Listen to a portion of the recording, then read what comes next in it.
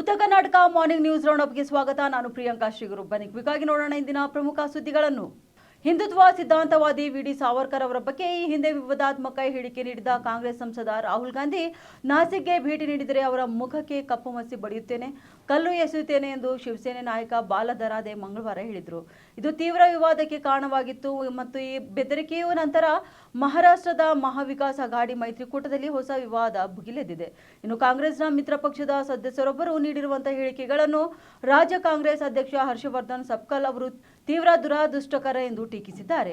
ನಾಸಿಕ್ ನಗರದಲ್ಲಿ ನಡೆದಂತಹ ಸಾವರ್ಕರ್ ಜಯಂತಿ ಕಾರ್ಯಕ್ರಮದಲ್ಲಿ ಮಾತನಾಡಿದ ಶಿವಸೇನೆ ಉಪನಗರ ಮುಖ್ಯಸ್ಥ ದರಾಡೆ, ಯಾರೇ ಆಗಲಿ ಸಾವರ್ಕರ್ ಅವರಿಗೆ ಮಾಡಿದ ಯಾವುದೇ ಅವಮಾನವನ್ನು ಸಹಿಸುವುದಿಲ್ಲ. ಇನ್ನು ರಾಹುಲ್ ಗಾಂಧಿ ನಾಸಿಕ್ಗೆ ಬರಲು ಧೈರ್ಯ ಮಾಡಿದರೆ ನಾವು ಅವರ ಮುಖಕ್ಕೆ ಕಪ್ಪು ಬಣ್ಣ ಬಳಿಯುತ್ತೇವೆ, ಇಲ್ಲದಿದ್ದರೆ ಕಲ್ಲು ಎಸೆಯುತ್ತೇವೆ ಎಂದು ಎಂವಿಎಯ ಭಾಗವಾಗಿದ್ದರೂ ಕೂಡ ನಾವು ಅದರ ಬಗ್ಗೆ ಯೋಚಿಸುವುದಿಲ್ಲ. ಇನ್ನು ಸೇನಾ ಕಾರ್ಯಕರ್ತರು ಏನೆಂದು ತೋರಿಸುತ್ತೇವೆ ಎಂದು ದರಾಡೆ ಹೇಳಿದ್ದಾರೆ. ಈ ಹೇಳಿಕೆಯು ಕಾಂಗ್ರೆಸ್ ನಾಯಕರಿಂದ ಟೀಕೆಗೆ ಗುರಿಯಾಯಿತು.